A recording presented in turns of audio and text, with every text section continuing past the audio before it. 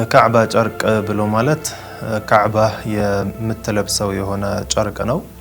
በአሁኑ ዘመን ሁላችንም እንደምናየው ጥቁር የሆነ ጨርቅ ነው። እንደዚሁም በወርቃማ ጽሁፎች ያሉበት የሆነ ጨርቅ ነው። ይህ ጨርቅ የሚሰራው ከሐር ሲሆን ይህ የሐር ልብስ እጅግ በጣም ግዙፍ የሆነና በጣም ጥራት ያለው የሆነ የሐር አይነት ነው።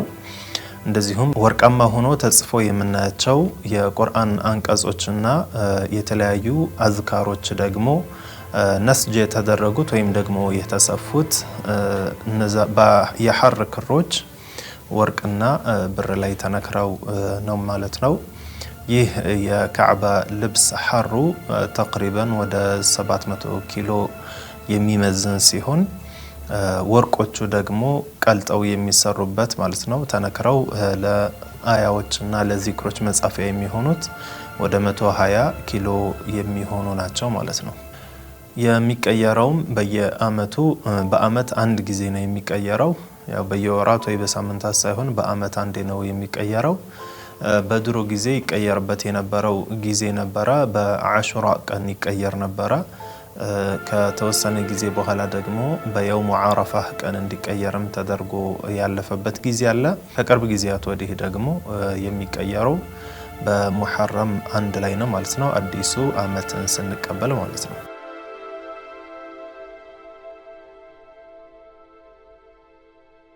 የካዕባ ኪስዋ ፍቅርና አክብሮት ከሚንጸባረቅባቸው መገለጫ ሁላችንም እንደምናውቀው ካዕባ ለሙስሊሞች ቂብላ እንደሆነችና ክብሯም ከነቢያችን ሙሐመድ ሰለላሁ ዐለይሂ ወሰለም በፊትም ሆነ በኋላ እንደነበር ይታወቃል። ለካዕባ ትልቅ ክብር መስጠትና እንክብካቤ ማድረግ በሙእሚኖች ዘንድ ታላቅ ተግባር እንደሆነና ከካዕባ ኪስዋ ማልበስ ጋር የተያያዙ ታሪኮችን ለመግለጽ እንሞክራለን። በታሪክ እንደተነገረው ቱባዕ አልሂምየሪ የተባለ የየመን ንጉስ ትልቅ ግዛት እንደነበረውና ግዛቱን ለማስፋፋት ወደ ተለያዩ ቦታዎች ይሄድ ነበር። በነገራችን ላይ ቱባዕ ለየመን ሀገር ነገስታት የተሰጠ ስያሜ ነው። ልክ ነጃሺ ለሀገራችን ሀበሻ እንደሆነው። አንድ ጊዜ ቱባዕ አልሂምየሪ ከጀዚረቱል አረቢያ አንዳንድ ከተሞች በግዛቱ ስር ካስገባ በኋላ ወደ ሀገሩ ሲመለስ መካ ደረሰ። ቱባዕ ስለ መካ ከተነገረው ውስጥ አንዱ መካ ውስጥ የመጨረሻው ነቢይ የሚወለድበት ቦታ እንደሆነ ስሙም ሙሐመድ ወይም አህመድ እንደሚባል እሳቸውም የነቢዩላህ ኢብራሂም ዘር ያላቸው እንደሆኑ ሰምቷል። ከዚያም በፊት ግን ካዕባን ልብስ አልብሶ በተጨማሪም በወርቅ የተሰራ በር መዝጊያም ሲያበጅ በህልሙ ያያል። ልክ በህልሙ እንዳየው ከመጀመሪያዎቹ ካዕባን ካለበሱት ውስጥ አንዱ ሆነ። መካ ላይ ለተወሰኑ ወራት በመቆየት በየቀኑ ወደ 1000 የሚጠጉ ግመሎችን እያረደ ምግብ ያበላ ነበር። መዲና ላይም ነብዩ የሚኖሩበት መሆኑን ሲሰማ እዛ መዲና ላይ ለሚኖሩ ሰዎችና ለነብዩም ቤት ገዝቶ ነበር። ቱባዕ ነቢያችን ሰለላሁ ዐለይሂ ወሰለም ሳይላኩ 700 ዓመት በፊት ነበር ካዕባውን ልብስ ያለበሰው። ከቱባዕ በኋላ ብዙ ሰዎች በጃሂልያ ጊዜ ካዕባን አልብሰው ነበር። ይህንን ተግባር ሲያደርጉ ከእምነታቸው እንደ ግዴታነት አድርገው ስለሚቆጥሩት ነበር። ካዕባን ማልበስ ከአረቦች ዘንድ ትልቅ ቦታ እንደነበረው ታሪክ ላይ ይነገራል። ካዕባን ልብስ ሲያለብሱ ጨርቁን ላይ በላይ እየደራረቡ ያለብሱ ነበር። ሲያረጅ ወይም ሲያልቅ ጨርቁን አንስተው ይከፋፈሉታል ወይንም ይቀብሩትም ነበር። ይህንን ተግባር የነቢያችን አራተኛ አያት የሆኑት ቁሰይ ኢብኑ ኪላብ ድረስ እያደረጉት ነበር።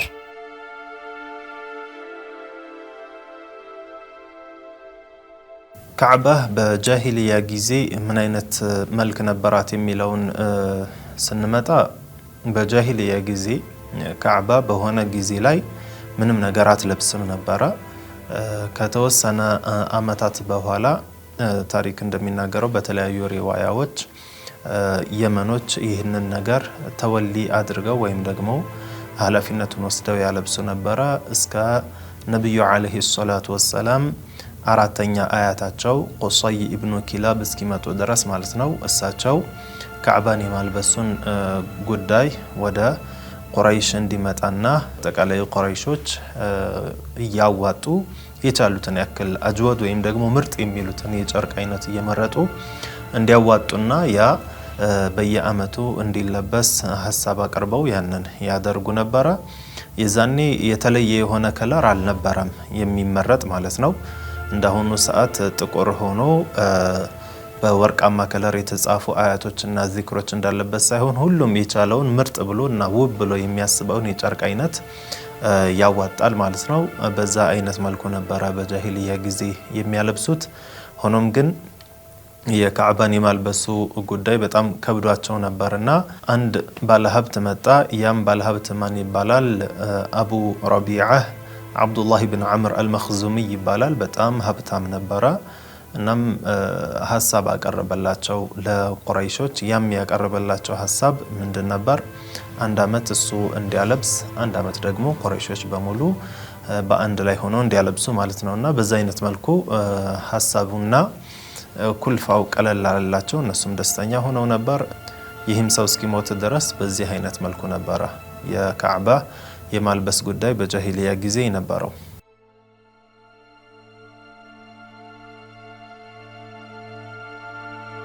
በኢብን አቢ ሙለይካ እንደተመዘገበው ከሆነ ቁረይሾች ካዕባን ልብስ ያለብሱ ነበር።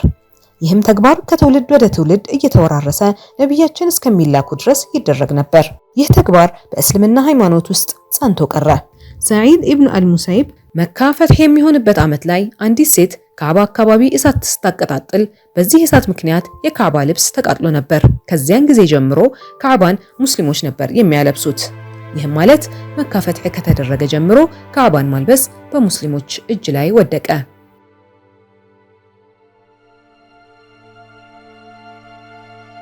በሌላ ታሪክ ደግሞ የሚያወራው ብቻዋን ካዕባን ካለበሱት መሃል ኑተይላህ ቢንት ጀናብ የአብዱል ሙጠሊብ ባለቤትና ለሰይዱና አባስ እናት የሆነችው ልጇ አባስ ሲጠፋባት ከተገኘ ካዕባን ብቻዋን እንደምታለብስ ስለተስላ ነበር። የጠፋው ልጇ ሲገኝ ብቻዋን ካዕባን ያለበሰች የመጀመሪያዋ ሴት እንደሆነች ታሪክ ይናገራል። ኢብኑል ሐጀር በፈትሑል ባሪ በቡኻሪ ከተዘገበው ሐዲስ ሲያብራሩ በጃሂልያ ጊዜ ካዕባውን ልብስ በማልበስ ክብርና ትልቅ ቦታ ይሰጡት ነበር።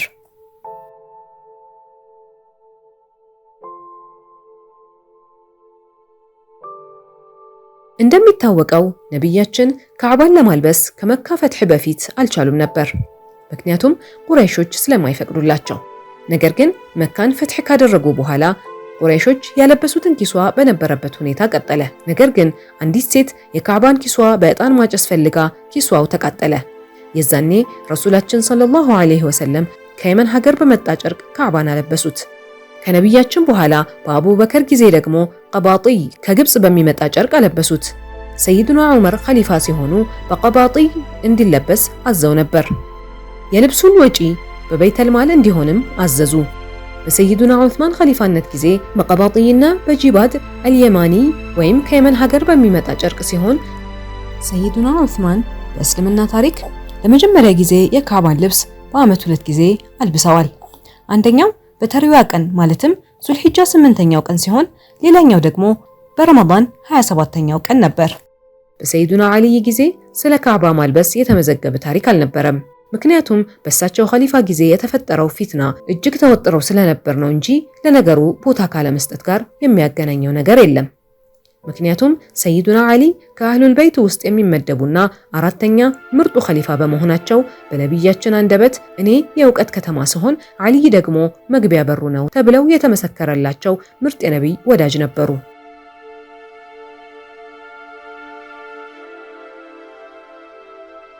ቂባጥ ወይም ደግሞ በአንዳንድ ቦታ ላይ ቀባጢይም ቁባጢይም ይሉታል።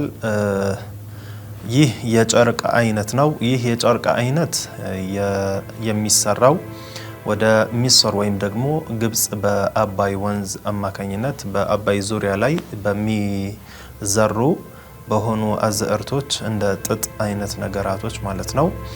በነዛ የሚሰራ የሆነ የልብስ አይነት ነው። በዘመኑ እጅግ በጣም ውድ የሚባለው የልብስ አይነት ነበረ። በጣም ፋኺር የሆነ ባለስልጣናት ይለብሱት የነበረው እንደዚሁም ለየት ያለ ሀብት የነበራቸው ሰዎች ይለብሱት የነበረ የልብስ አይነት ነው። በዚህም የጨርቅ አይነት የተወሰነ ዘመን ላይ ካዕባ ስትለብስ ነበረ። ዲባጅ ማለት ቃሉ ምንን የሚያመላክት ነው? በወርቅ ሙዘሀብ የሆነ ወይም ደግሞ ወርቅ የተለበጠበት ወይም ደግሞ ወርቅ ያለበት የሆነ ሐር ማለት ነው። እንደ ቋንቋ ካየ ነው ዲባጅ የሚለው ቃል አስሉ ዲባ ከሚል የፋርስ ቃል ነው የመጣው። በፋርሶች ዲባ ማለት ወርቅ የተቀላቀለበት የሆነ ሐር ማለት ነውና ይህ ዲባጅ ማለት አሁንም ድረስ ቢሆን በጣም ውድ የሆነ የልብስ አይነት ነው። ሐር ነው። እንደዚሁም በወርቅ የተለበደ ነው ሲባል ደግሞ የበለጠ ዋጋው እጅግ በጣም ውድ ነው የሚሆነው። እንደምናውቀው በሸሪዓችን ወንዶች መልበስ የማይችሉት የልብስ አይነት ነው ሐር የሚባለው። ወርቅም እንደዚሁ ወንድ ልጅ ማጌጥ አይበቃለትምና በዚህ ውድ በሆነ የጨርቅ አይነት ነው ካዕባ የምትለብሰው። በኡመውያ ዘመን የኡመውያ ኸሊፋዎች የካዕባን ሽፋን ለመሸፈን ጥንቃቄ ያደርጉ ነበር። በኡመውያ ቢንት አቢ ሱፊያን የግዛት ዘመን የካዕባን ሽፋን በዓመት 2 ጊዜ ነበር የሚያለብሰው። አንደኛው በአሹራ ቀን፣ ሌላኛው ደግሞ በረመዳን መጨረሻ ላይ ለኢድ አልፈጥር ዝግጅት ላይ ነበር። የካዕባ ኪስዋ እንደ ማስቆ የተላከ ሲሆን ከምርጥና ከምርጥ ጨርቆች ተዘጋጅቶ ወደ መካ የተላከው በደማስቆ ዳርቻ ላይ በሚገኝ አካባቢ ሲሆን ከዚያ በኋላ ኪስዋ ተብሎ ተሰየመ። ከደማስቆ ተነስቶ የነበረው የሶሪያ ሐጅ ተሳፋሪ ከመላው ዓለምና ከተለያዩ የምስራቅና ከመካከለኛው ኤዥያ ሀገራት በተሰበሰቡ በርካታ ምዕመናን ይህ ቦታ ማለትም ኪስዋ ዝነኛ ሆነ።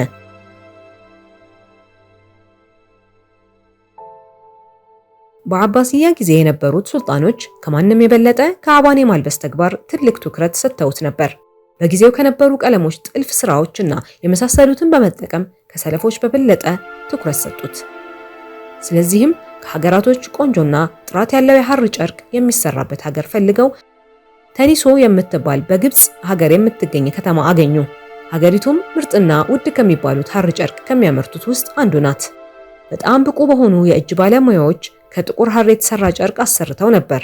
በ160 ዓመተ ሂጅራ አካባቢ ማህዲ አባሲ ሐጅ ሲያደርግ ካስተዋለው አንደኛው ካዕባው ላይ ያለው ልብስ በጣም ተደራርቦ ስለነበር የካዕባው ስሪት ደግሞ ደካማ ስለነበር በልብሱ ብዛት እንዳይወድቅ በመፍራት ከአንድ ጨርቅ በላይ እንዳይረበረብ አዘዘ። ይህም ተግባር እስካሁን ድረስ እየተደረገ ይገኛል። ከዚያም ጠረናቸው በጣም የሚያውዱ ደስ ደስ የሚሉ ሽታዎች ሚስክና አንበር ተደረገበት። ከ2 ዓመት በኋላ ማህዲ ሌላ ጨርቅ ከግብጽ ሀገር እንዲሰራ አዘዘ። በሃሩን አልረሺድ ጊዜ ደግሞ ቱና ከምትባል በጥልፍ ስራ ከምትታወቅ መንደር በእነሱ ዘይቤና ጥልፍ ስራ በ190 ዓመተ ሂጅራ 2 ጊዜ ካዕባውን ልብስ አለበሱት። በ206 ዓመተ ሂጅራ ደግሞ ካዕባውን በዓመት 3 ጊዜ አለበሱት። በጃዕፈር አልሙተወኪል ጊዜ ቀዩ ጂባድ ረጀብ ወር ሳይገባ በፊት ያረጅ ነበር። ምክንያቱም ሰዎች በመነካካትና በመዳሰስ ቶሎ ስለሚያልቅ ይህም መሆኑን ሲያውቁ 2 ተጨማሪ ሽፋን እንዲዘጋጅ አዘዙ። በዚህም መልክ በየ2 ወር አዲስ ሽፋን ይጨመርለት ነበር። ከዚያም በኋላ الناصر العباسي ካዕባውን በአረንጓዴ ጨርቅ ሸፈኑት። ከዚያም በመቀጠል በጥቁር ጨርቅ ሸፈኑት።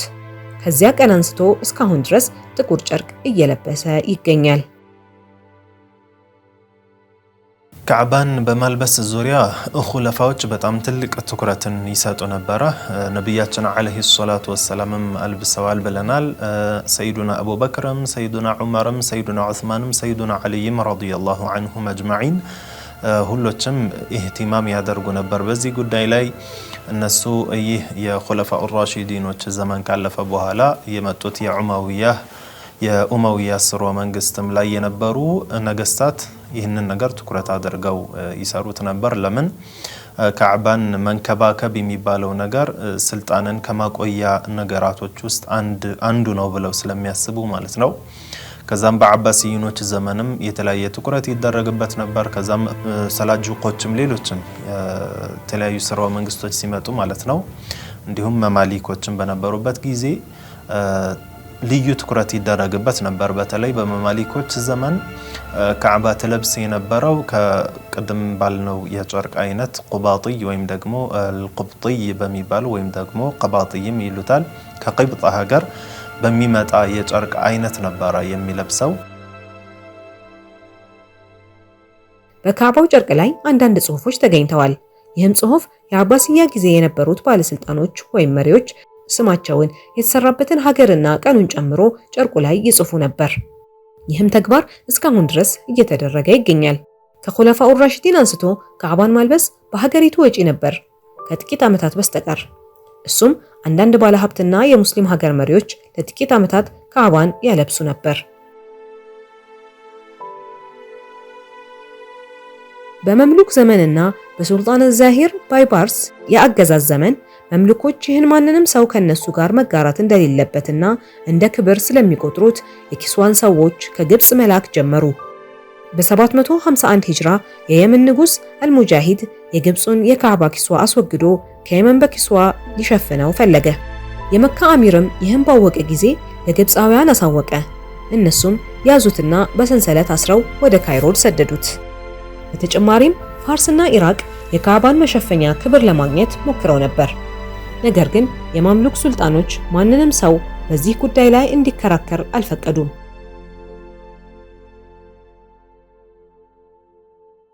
በካዕባን በማልበስ ዙሪያ ላይ እጅግ በጣም ከፍተኛ ትኩረት ያደርጉ የነበረው ከአጠቃላይ ማለት ነው ትልቅን ትኩረት እና እህቲማም ይሰጡት የነበሩት ዑስማንዮች ነበሩ።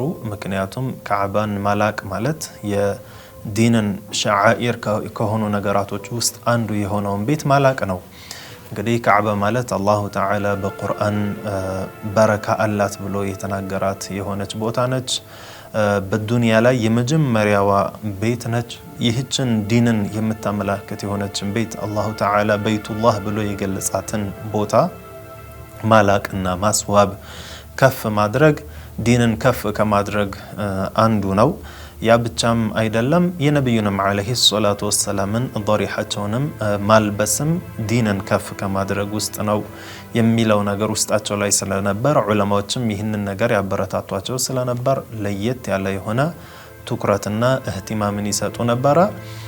ያ ብቻም አይደለም፣ ካዕባ በምትቀየርበት ሰዓት ምን ይደረግ ነበር? የካዕባ ጨርቅ እየተቆራረጠ ማለት ነው ለሰዎች ይከፋፈል ነበር። የሚከፋፈልበት ምክንያት ምንድነው? ተበሩከን ነው፣ በረካን ለመፈለግ ነው። ምክንያቱም አላሁ ተዓላ ያችን ካዕባን አላሁ ተዓላ በረካ አለባት ብሎ ነግሮናልና ያንን በረካ የነካን የሆነን ቦታ ደግሞ ሰዎች እንዲጠቀሙበት ያንን ጨርቅ ያከፋፍሉ ነበር። እነዚህ ኢህቲማም ከሚያደርጉ መሪዎች ውስጥ አንዱ ሱለይማኑል ቃኑኒ ይገኙበት ነበር። እኒህ ሱለይማኑል ቃኑኒ የተባሉ ሱልጣን ከዑስማንያ ሱልጣኖች ውስጥ አንዱ ነበሩ። እሳቸው የተወሰኑ ከተማዎች ገቢን ወደ ካዕባ ልብስ ወደ ማልበስ እንዲገባ ያደርጉ ነበረ። ያው ይህ ሲባል ሌሎች ዋጅብ የሆኑ ነገራቶችን ካሟሉ በኋላ መሆኑ ጥርጥር የለውም እና የተወሰኑ ከተሞች የሚገቡ ከነሱ የሚገባውን ገቢ ማለት ነው ወደ የካዕባን ጨርቅ ወደ ማልበስ ወቅፍ አድርገውት ነበረ ሱለይማኑል ቃኑኒ።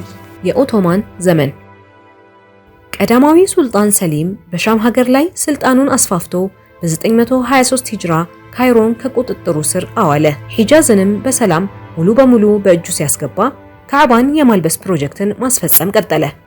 ይኸውም በግብጽ በነበረበት ቆይታ የቅዱስ ካዕባ ኪስዋ፣ የነብዩ ሁጅራ ኪስዋና ለመቃም ኢብራሂም ኪስዋ በማዘጋጀት በተጨማሪም ለተሸካሚው ግመል አዲስ ኪስዋ በመስራት በኪስዋው ላይ ስሙን አሰፈረ። በዛን ጊዜ ይሰሩ የነበሩ ኪስዋዎች እጅግ በጣም በጥራት የተሰራና በጥልፍ ያሸበረቀ ነበር። ከዛም በ1222 ዓመተ ሂጅሪያ አካባቢ ሙሐመድ ባሻ በሚባሉት መሪ በነበሩበት ዘመን የመካ አስተዳዳሪ በነበሩበት ዘመን ዑስማንያዎች ካዕባን ያለብሱ የነበረው ከሚስር በሚመጣ ጨርቅ ነበርና በሰዓቱ በ1222 ሂጅሪ አካባቢ ማለት ነው ከሚስር የሚመጣው ጨርቅና ካዕባን የማልበሱ ስራ ተቋርጦ ነበር። ያም የሆነበት ምክንያት በዘመኑ ትልቅ ፊትና ቀስቅሶ ወይም ደግሞ ፈተናን ቀስቅሶ የነበረ አንድ ሰው ነበረ በካዕባና በመካና በዙሪያዋ ማለት ነው። ይህም ሰው ያው አሁን ድረስ ፈተናው እኛ ዘንድ የደረሰ የሆነ ሰው ነው። ሙሐመድ ብን አብዱል ወሃብ ይባላል።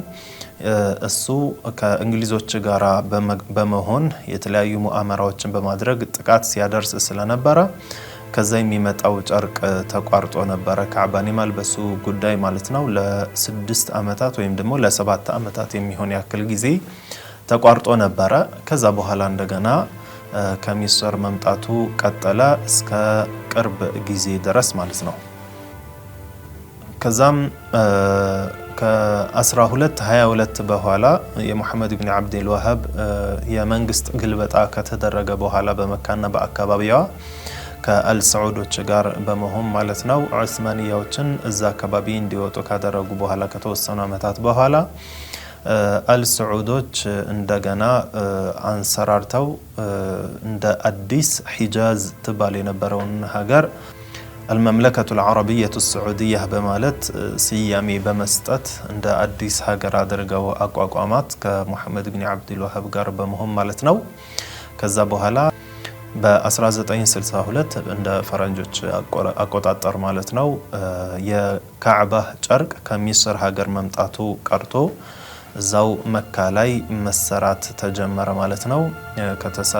የአሰራሩም ሁኔታ አሁን ባለው አይነት መልኩ ከሐርና ከወርቅ በመቀላቀል ማለት ነው በመሰራት ተጀመረ። አሁን እስካለንበት ድረስ በዚህ አይነት መልኩ ሄዷል። እንዳልነው አጠቃላይ የካዕባ ጨርቅ ግዝፈቱ ወይም ደግሞ ክብደቱ ወደ 1 ቶን ይጠጋል ይላሉ። የሚያወጣውም ወጪ በአሁኑ ሰዓት እንግዲህ ወደ 700 ኪሎ ሐርና ወደ 120 ኪሎ ወርቅና ብር ነውና የሚወጣው እጅግ በጣም በብዙ ሺህ ዶላሮች ነው የሚቆጠረው። ክብደቱም ወደ 1 ቶን ይጠጋል። ይህንን ኩልፋ ይህንን ወጭ እዛው እያወጡ በጣም ማሂር የሆኑና ብቃት ያላቸው ሰዎች እየተመረጡ በእጅ ይሰራ ነበር እስከ ቅርብ ጊዜ ድረስ። ከቅርብ ጊዜ ወዲህ ግን የተለያዩ ቴክኖሎጂዎች የተለያዩ መሳሪያዎች ስለመጡ አብዛኛው የነስጅ ጉዳይ ወይም ደግሞ የስፌት ጉዳይ በእጅ ከመሆኑ ጋር በማሽንም እየታገዙ ይሰሩታል ማለት ነው። ሙሐረም 1 ላይ እንደ አዲስ ጨርቅ ይለብሳል ማለት ነው። ግብጽ እስከ 1221 ሂጅራ ድረስ ኪስዋውንና ተሸካሚው ግመል ወደ መካ መላክን ቀጠለች። ነገር ግን በሁለተኛው ዓመት ሳዑዲ ለተወሰነ ጊዜ መካን ተቆጣጥራ ስለነበር የመካው ኢማም ሳዑድ አልከቢር ከኦቶማን ኢምፓየር ስር ከነበረችው ከግብፁ የማህማል አዛዥ ጋር ተገናኝቶ ማህመልን ወይም ተሸካሚውን ግመል የሚያጅቡትን እንደ ከበሮ መሰል ነገሮች ቢድዓ ነው በማለት አውግዞ በድጋሚ በዚህ መልኩ ወደ ሐጅ እንዳይመጣ አስጠነቀቀ። በመሆኑም ግብጽ የውጭውን መሸፈኛ መላክ አቆመች። ነገር ግን የሳዑዲ ግዛት የሆነችው ዲሪያህ አሊ ፓሻ ወታደሮች እጅ ወድቃ የኦቶማን ግብጽ ሂጃዝን ሉዓላዊነት ከመለሱ በኋላ ግብጽ በ1228 ሂጅራ በአዲስ ማዕቀፍ የኪስዋን ልብስ መላክ ጀመረች። ሙሐመድ አሊ ፓሽ በአዲስ መልክ በግብጽ ግምጃ ቤት እንዲከፈል አስተላለፈ። በውጤቱም የፖለቲካ ሁኔታዎችና ከግብጽ መንግስትና ከሂጃዝ ገዥ ባለስልጣናት ጋር የነበረው ግንኙነት ኪስዋ ከግብጽ ይላካል ወይስ አይላክም የሚለው ላይ ከፍተኛ ተጽዕኖ አሳድሮ ነበር። በነገራችን ላይ ማህማል በቁርአን አንቀጾች ያጌጠ በበርካታ ጨርቆች የተሸፈነ እንደ ገመልና ዝሆኖች ባሉ እንስሳት ጀርባ ላይ የተቀመጠ ሲሆን ከትንሽ ክፍል ጋር ይመሳሰላል። ወይም በትክክል ጀልባ ተብሎ የሚጠራው መቀመጫ አልጋ ያለው ብዙውን ጊዜ ጥላና ሙሉ በሙሉ ሊዘጋም ይችላል። ድሮ ሀብታሞች ለመሸከም ለአደን ወይም በጦርነት ጊዜ በጉዞ ወቅት ለሴቶች ያውሉት ነበር። ማህማል በሙስሊሞች ዘንድ የተለመደና የቆየ ተግባር ነበር። በተለያዩ ጊዜያት 4 ማህመል ማለትም ኢራቅ፣ ግብጽ፣ ሻም፣ የመን ሀገራት ወደ ሂጃዝ ይላክ ነበር። ማህመሉ በተለያዩ ስጦታዎች የተሞላ ሲሆን ስጦታው ስሙም ሱራ ተብሎ ይጠራ ነበር። የሚያበረክተው የኦቶማን ሱልጣን ሲሆን ለመካ መዲና እግረኛ መንገድም ለዮርዳኖስ ሲሰጥም ነበር። ይህ ተግባር አሳዑድ ሁለቱን ሐረም ከተቆጣጠሩ በኋላ ሙሉ በሙሉ ተቋረጠ።